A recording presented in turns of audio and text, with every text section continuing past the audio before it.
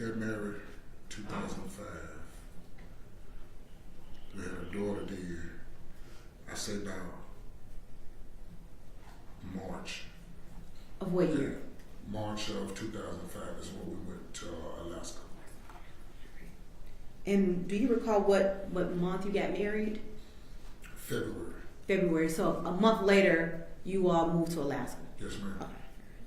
And at that time, was your daughter born, or was Yes. she was born? Yes. Okay. She was born January 27th. Of 2005. Yes, ma'am. Before you all moved to to Alaska, were you and Teresa living together with your daughter?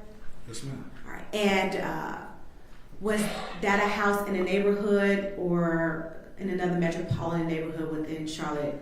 We stayed in a different metropolitan area. All right.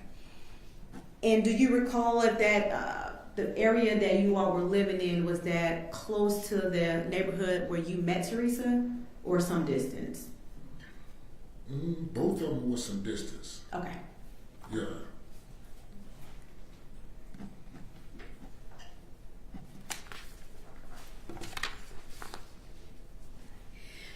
At some point, now let me back up. How was the relationship with you and Teresa and your child when you all were living in Charlotte?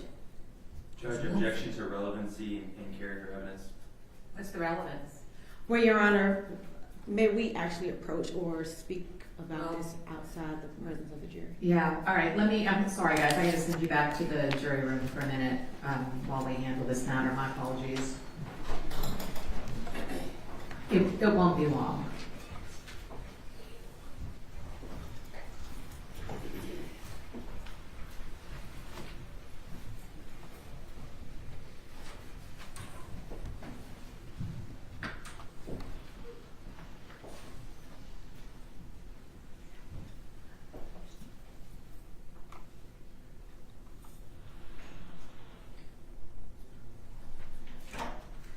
Alright, so now that I'm thinking about it, this was in 2005 that she was married to him. So what is the relevance of her, what was the question, parenting? No, I asked what was Teresa's demeanor with him, her, and their child. Okay. And Your Honor, the question of what I'm getting... Let's get a proffer from the witness about what he's going to say, and then maybe I can make a determination if it's relevant. Yes. Back and when you and Teresa first had your daughter, what was the relationship like when the daughter was first born? It was wonderful. You want me to continue? I'm sorry, Judge. I didn't know if you wanted me to continue. Okay. And at some point, you all left and moved to Alaska. Yes, ma'am. And at some point, did the dynamics of you all's relationship change? Yes, it did. And as a result of the changing of the dynamics of your relationship change, did you move from Alaska? Yes, I did. And did you move back to, where did you move back to? I moved back to Charlotte. North Carolina. Okay. And so that's the basis of those statements, Your Honor. All right, so what's the how is this more likely to help the jury decide whether or not the defendant is guilty or not guilty of murder? Well, Your Honor, murder is not the only charge in the indictment. It also goes to, there's an additional charge of concealing the death of another person. Okay. He's going to get into more detail about a conversation that he had with William on the phone. All of this information goes to her demeanor to show how she is concealing the death of William. She is acting like he is still alive, acting like his life is still present, everything is happy. For the purpose of the continued concealment of the death? Yes, Your Honor. Okay, all right. That wasn't articulated earlier, so thank you. Okay. Judge, just as to his, and I think you're picking up on this, as to his relationship with Teresa and how she was as a parent, we have a continuing objection to that relevance as to this case. Okay. Well, Your Honor, I am going to go into additional details with Mr. Black in reference to his relationship with his daughter. This is also going to be information that's going to also come out with Mr. Black. I suspect that I've talked to Mr. Black several times and Mr. Hamilton that I suspect they're going to say something to the effect that when Ms. Black gets upset with them as an individual, she doesn't allow them to see the child. Okay, what is that ask? That's the part that he's objecting to. Yes, and so that again directly contradicts Ms. Black's statement that she provided to Lieutenant Quigley as to the fact of how she didn't have help, that she was a single parent, that she was on her own, when in fact she actually had individuals wanted to help, and she was not allowed. That was in 2005. But it's now. Correct, but it also was in 1999. Judge, it's propensity. They're But- getting into a pattern that Okay. once she did it now, All right. that means she did it back then. If he can testify as to information about what the situation was in 1998 or 1999, around the time of the incident, that's fine. But I don't think assuming she kept him from seeing their daughter in 2005, I don't think that has any relevance. You know, the other thing as far as conversations she had and the issue of the concealing of the death, I get that. But I don't see any connection or any relevance to her keeping him away from their daughter in 2005 has anything to do with what she may or may not have done in 1998. But Your Honor, I disagree with that. I do think that is important for the jury to see, in addition to the fact that several witnesses have got up on here and stated about, well, Ava, for instance, she got up on the stand and stated how that Teresa was very distant and disconnected from William. And here, we are trying to also show how she allows other individuals or other parents to become disconnected, which ultimately goes to the fact that she has help, but she's constantly turning it away. I don't think her turning away help in 2005 is relevant to what happened in 1998, or what happened or what didn't happen. I don't see that, other than Mr. Welty's propensity argument that this is how she was. Well, Your Honor, I actually don't. I understand his propensity argument, but it's not a character trait. All right. Well, I'm not going to allow the test. You go ahead and ask about the conversations with respect to the concealment. All that is fair game. But I don't think her keeping him away from their daughter in 2005 has any, unless you can show some connection to one of the charges. I don't think that's relevant. Will it be also appropriate to ask Mr. Black when is the last time he saw his daughter? I haven't asked him why. I'm just Ask asking him now. I'd like to know the answer and why. When is the last time you saw your daughter? 2010. And why is that? Well, I wasn't going to ask him why, but Judge. At the time, I'm asking. The jury's not here, so I want to know what it is. at the time she was She's who? Miss Teresa was seeing somebody else. Okay. So when we so-called supposed to separate it, we was doing our parenting thing. She would send her down sometimes for me. Okay. What's the relevance of that then, when you last saw the daughter? Your Honor, again, I think it goes to the fact that he's testifying that he's ultimately willing to help. He wants to see his daughter, and Teresa Black is not helping and allowing that. Okay. Just as people were trying to take care of William, she's not allowing that to happen. I know. She did it now. That's how it's the reverse propensity. As opposed to she's done it before, she's done it now. Now you're saying she did it then and she's still doing it now. It's the same principle, just the timing is off. So I'm going to sustain the objection. He can talk about anything having to do with or anything relevant to the concealment charge, however. But we're not going to get into his relationship with the daughter in 2005 or today. And And Judge, does that also go for his relationship with Miss Black? I think he spoke about her seeing someone else and why they broke up. I don't think that's Yeah, relevant either. I wasn't going to ask Okay. that question. Okay.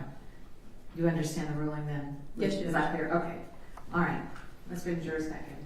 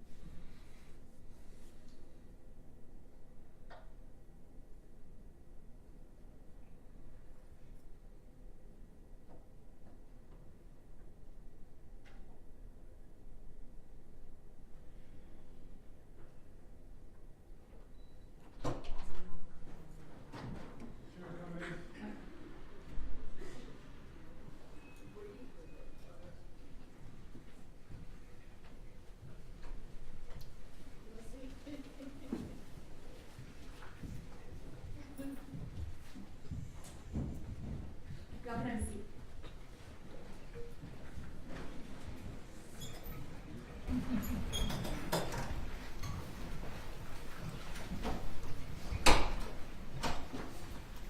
All right, you may continue. Mr. Black, when you all first got married, what was the relationship like with you, Teresa, and your daughter? It was wonderful. And then at some point, that was in North Carolina, you all moved to Alaska, right? Yes, ma'am. Did the topic of William come up again in Alaska? For sure. At some point, can you tell the jury what Teresa told you about William? William was going to be staying with relatives in Atlanta. Okay. And that's all I knew. He was all right. He was well. At some point or any time while you were in Alaska, did Teresa ever allow you to talk to William on the phone? That's the strange thing. I was supposed to have talked to him. Okay. And the person on the phone that you perceive to be as William, you spoke with that person on the phone? Yeah.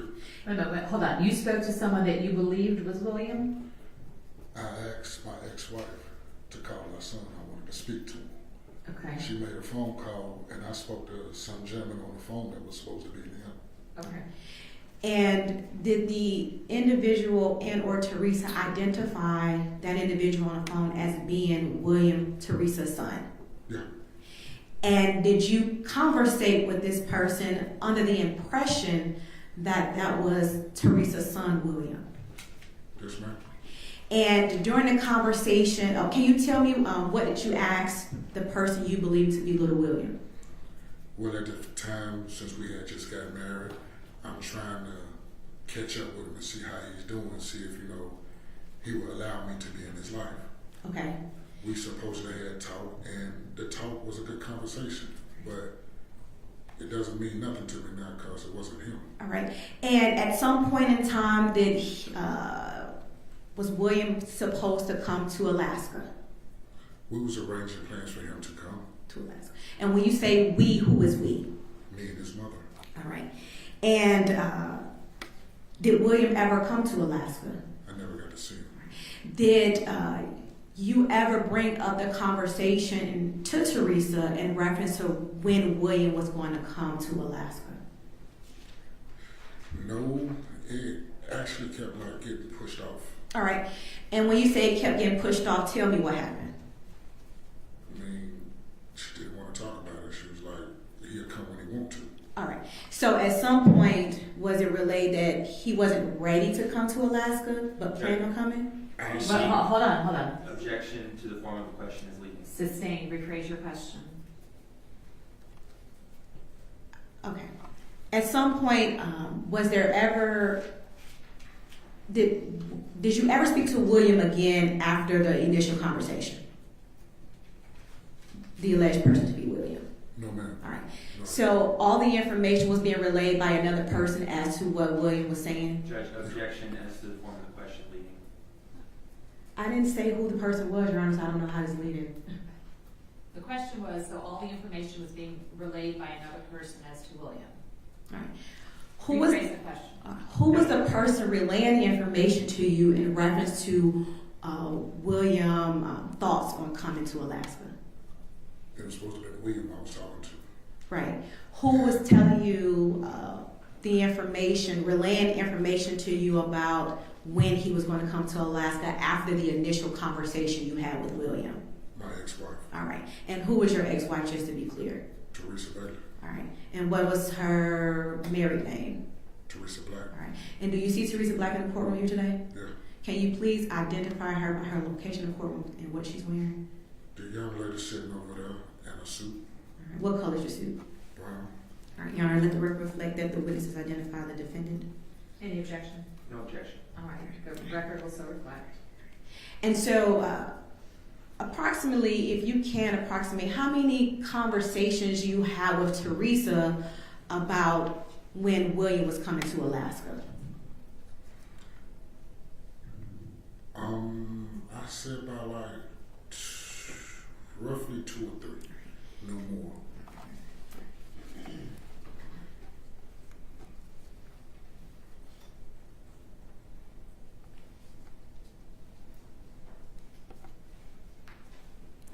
At some point, you ended up leaving Alaska and you moved back to North Carolina. Did you move back to North Carolina by yourself? Yes. And at some point after you moved back to Alaska, did you continue to communicate? Move back to North Carolina. Did you continue to communicate with Teresa? Yes. And at any time during that communication, did she speak to you about her son, William? No, ma'am. At any point, do you recall whether or not Teresa asked you for any type of help for William? No, ma'am. And who was he with when he was in Georgia? The information I got from her was he was supposed to be with his family. And that can be either side, so I wouldn't know which side it would be. And so, did you ever have an opportunity to meet William Hamilton Sr.? Yeah. All right. And how did you meet William Hamilton Sr.? I met that gentleman through my sister and Teresa's brother. Okay. At any time did William ever come to your house? Numerous of times. Numerous times. And what was the reason that he came to your house? I mean, he didn't come on no beef, or Okay. he wasn't that upset. He just wanted to see his son See and his talk to her. Right. But I was told to tell him, your son is down there in Atlanta and he's all right. And that's all I was told to tell him. And you relayed that information to Mr. Hamilton. Yeah. And did you find it odd that, let me ask you this. Did you know where your wife's mother and father were located? At the time when we reunited in 2004, her mother passed away, may God she rest in peace. Okay. Her father, I was real cool with, alone. Right. He's a good dude. Did her father live in Atlanta? No, ma'am. All right. Where did her father stay? He stayed in Charlotte. All right. And so if Teresa's mother was deceased and her father lived in Charlotte, who did you think little William was with? Well, since I knew her mother was gone, it had to be William's side of the family. And did you find it odd that William was coming over to Teresa's house asking about his children when they were allegedly with his side of the family? At the time I did. But nevertheless, in your eyes, is common, or can you tell me whether or not in North Carolina where you resided, was it common for grandparents to look over children? It's an old Southern thing. It's like that from Atlanta to Charlotte. All the older grandparents will take our kids and take care of them if our life is not on track. Okay. If we're doing something that's a little out of line and our grandparents or mothers don't approve of it, then we'll snatch the kids up and take care of them themselves. So I wanted to ask you, how did you come to provide this information to law enforcement here in Georgia? Excuse me, sir? How did you get involved in this case? I would say by being married to her and worried about him. All right. I also wanted to know too, because there's a young man who's coming to my door asking for his son, and me being a man, I don't have no information for him, so I don't know what his next move gonna be. It can be he can get mad or do something to me, so I only told the man the truth, what I knew. At some point, did you end up speaking to law enforcement about what you knew in reference to William? No, ma'am. All right. Did you ever speak to anyone in the district attorney's office? When I found out about it, I had called the hotline? Okay, so you saw a hotline and you called the hotline. Yes. And you left a message. Yeah, I on left a the message with a gentleman. I don't know the gentleman's name Okay. to be exact, but I did leave a message with one of the gentlemen. And then someone ultimately from the district attorney's office contacted you? All right. Yes, ma'am. Thank you. Ross? Just one moment, Judge.